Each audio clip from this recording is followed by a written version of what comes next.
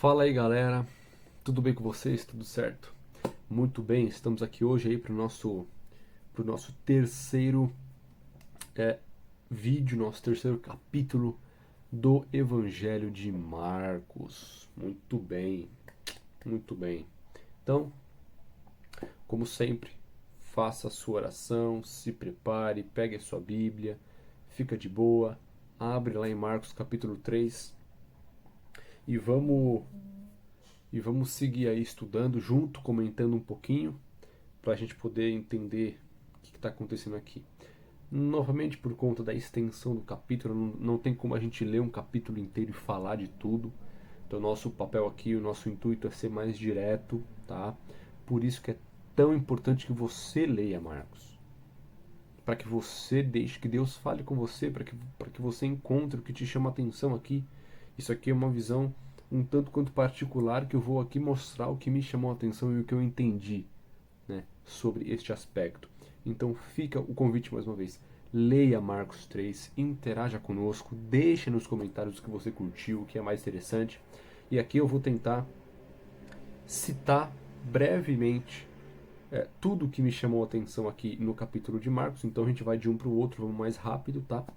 E aí eu me demoro um pouco mais no que Deus falou para mim neste capítulo.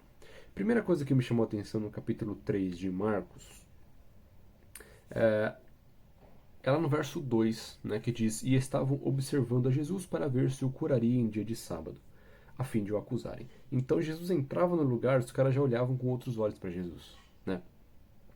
A gente vê que Jesus, eles sabiam que Jesus era diferente, né? Jesus, ele chegava no lugar e já olhavam com outros olhos, né? Então eles sabiam que Jesus era diferente. Sabiam que Jesus tinha algo distinto nele, né? A ponto de olharem para ele. Jesus entrou e já ficavam meio assim. Eu achei isso interessante. Né? E ainda aí, logo após o verso 3, nós temos o verso 2, nós temos o verso 3 e o verso 4, né? Onde existe aí um embate com o sábado, né? A questão do sábado. E Jesus deixa muito claro que o sábado é o dia de salvar a vida, é o dia de valorizar a vida, né? É o dia de valorizar a, a, a, a criação, é o dia de valorizar o bem-estar do próximo, né? E Jesus cura o homem sem problema algum. No verso 6 nós temos um ponto muito interessante, que diz o seguinte, verso 6: Retirando-se os fariseus, conspiravam logo com os herodianos contra ele, em como lhe tirariam a vida. Então tinha os fariseus e os herodianos que conspiravam entre eles para matar Jesus.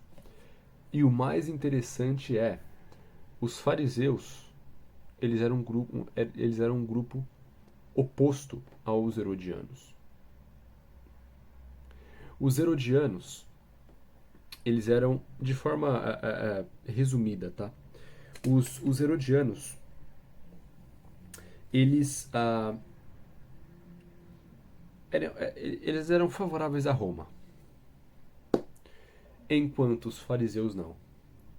Então tinham grupos opostos e eles se juntavam para matar Jesus.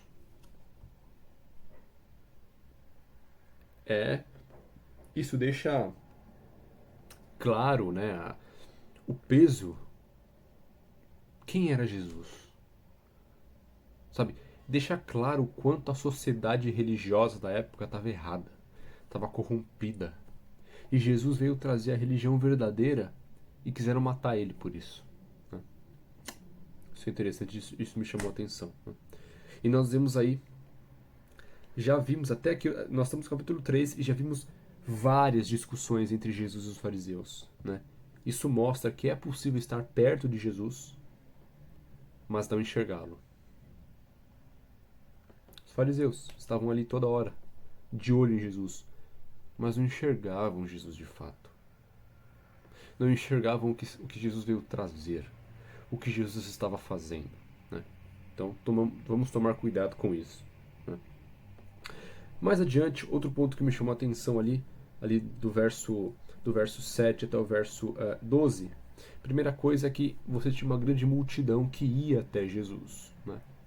E muito provavelmente nem todos dessa multidão iam até Jesus pelo fato de ele ser Deus. Muitos dessa multidão, creio eu, que iam até Jesus por aquilo que ele tinha a oferecer, pelas bênçãos.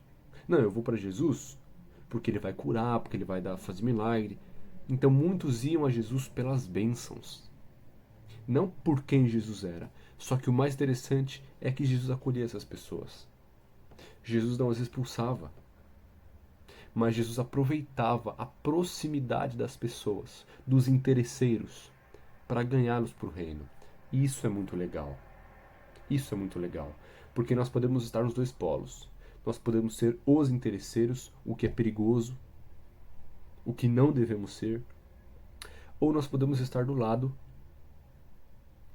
outro lado, do lado ali de Jesus, onde as pessoas vêm até nós por interesse. E essa é uma oportunidade de evangelização.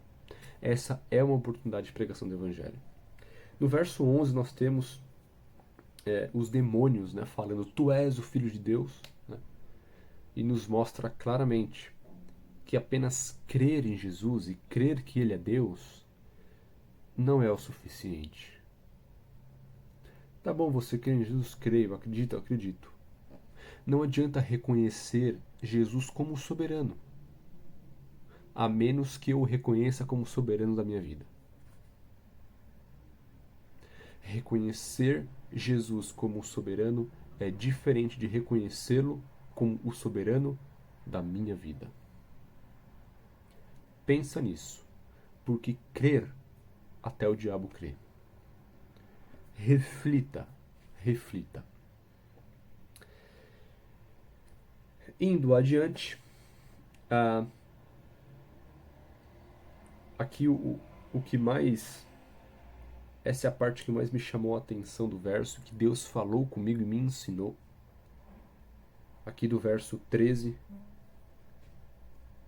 até o verso 19, né? Aqui nesse trecho, nós temos Jesus chamando os discípulos, né? Ali no verso 14 e 15 diz o seguinte: então designou 12 para estarem com ele e para os enviar a pregar e a exercer a autoridade de expelir demônios. Então, Jesus, resumindo assim, qual era o intuito de Jesus em chamar discípulos? Era enviá-los para fazer o que Jesus fazia. Esses são os discípulos. O que o discípulo faz? Segue Cristo e faz o que Cristo fez. É isso. Fazer o que Jesus fazia, com o mesmo poder que operava milagres através dele. Isso são discípulos. Mas não é nem esse o ponto que eu queria focar aqui. A partir do verso 16 até o 19, nós temos os nomes dos 12 discípulos, dos 12 apóstolos, né? E se você analisar, por incrível que pareça, e talvez por tão óbvio que pareça, esses 12 homens eram homens extremamente comuns. Eram homens como eu e você. Porque talvez a nossa mente, talvez que subconscientemente ache que os discípulos eram homens especiais, eram diferentes. Não. Eles eram tão homens quanto eu e você, com as suas falhas, com os seus pecados, com as suas fraquezas, com as suas dificuldades, com os seus traços de caráter, com as suas personalidades. E Jesus os chamou, e Jesus os transformou. Sabe por quê? Quando Deus chama alguém para fazer algo, como ele chamou os discípulos, ele não quer abençoar somente outras pessoas por meio daquela pessoa. Então imagine que Deus me chame para fazer algo. Deus não quer apenas abençoar outras pessoas através de mim. Deus também quer me abençoar.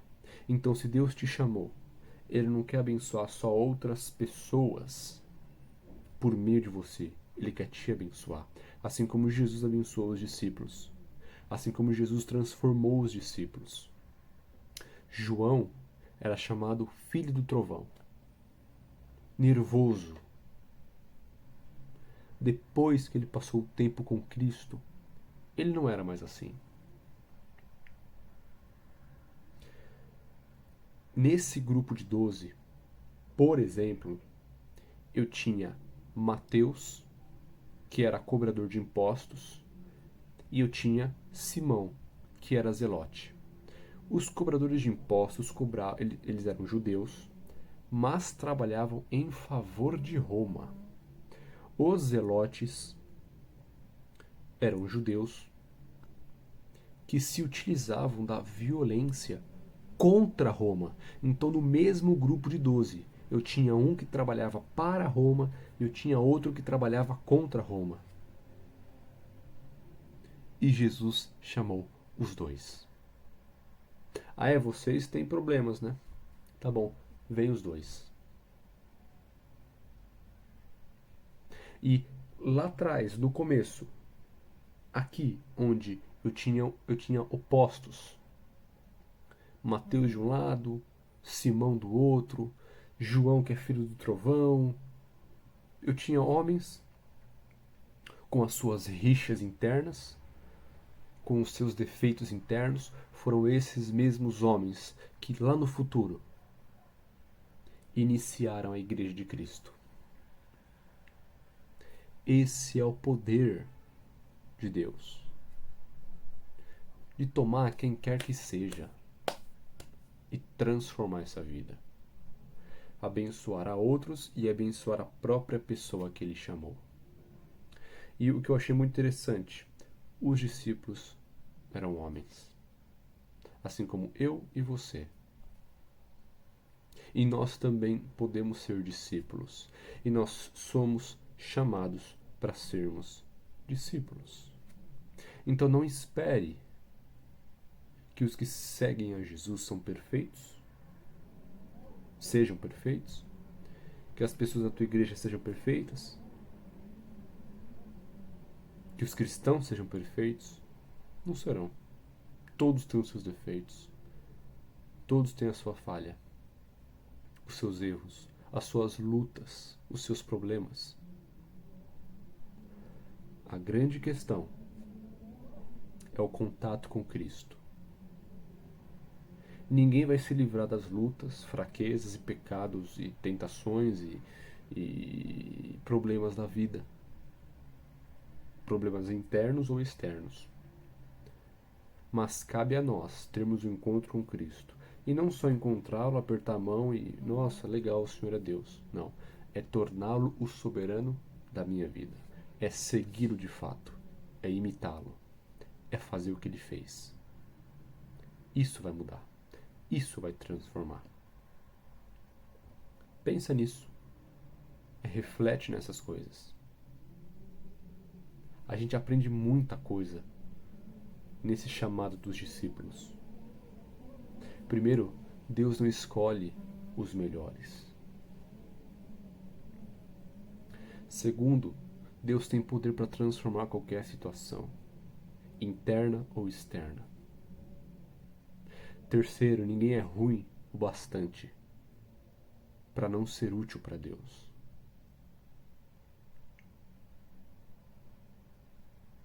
E por aí vai.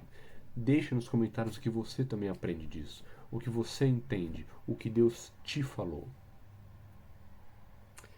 Em seguida nós temos ali a questão do pecado contra o Espírito Santo. O que é o pecado contra o Espírito Santo? O famoso pecado imperdoável. É quando eu atribuo a Satanás algo que o Espírito fez. Leia do verso 20 até o verso 30, que você vai entender isso. Atribuir a Satanás algo que o Espírito Santo fez. Esse é o pecado imperdoável.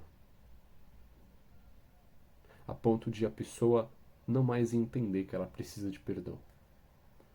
A ponto de ter um coração tão endurecido que não reconhece mais o seu pecado. Esse é o pecado imperdoável. E por fim, do verso 31 até o verso 35, Jesus fala quem é a família dele. E lá no verso 35, Jesus fala o seguinte: portanto, qualquer que fizer a vontade de Deus, este é meu irmão, irmã e mãe. Quando eu obedeço ao Senhor, quando eu sigo nos caminhos que Deus pede para que eu siga, e eu já conheço, quando eu sei qual é o caminho, e quando eu escolho seguir neste caminho, eu me torno irmão de Jesus. E se eu sou irmão de Jesus, eu sou filho de Deus. E se eu sou filho de Deus, eu tenho direito à herança. O que você tem que fazer para ter direito à herança dos seus pais? Uma coisa: nascer. Ser filho, mais nada. Para ter direito à herança, você só precisa ser filho. Para termos direito à herança do Senhor, o reino dele, só precisamos ser filhos. Seguir no caminho que ele pede para que nós sigamos e que nós já conhecemos. Pensa nisso. Estude Marcos 3. Reflita e deixe que Deus te ensine o que tem que ser ensinado. Vamos orar? Paizinho querido, são muitas coisas que nós encontramos em Marcos 3. Nós pedimos que o Senhor continue falando ao nosso coração e nos ensinando o que temos que aprender. Guarde tuas palavras em nosso coração, para que a gente viva isso. Para que possamos ser mais parecidos com Jesus. Para que possamos ser teus filhos. E para que possamos pregar estas verdades para quem precisa. Em nome de Jesus, suplicamos o perdão dos nossos pecados. Em nome de Cristo. Amém.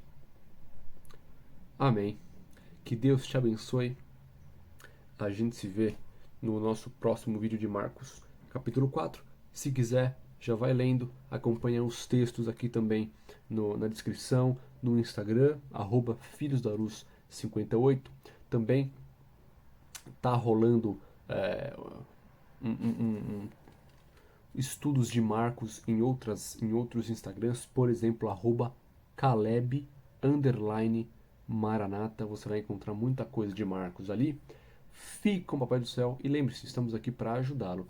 Se precisar de algo, estamos aqui para ouvi-lo e socorrê-lo, em nome de Jesus. Que sejamos todos filhos da luz.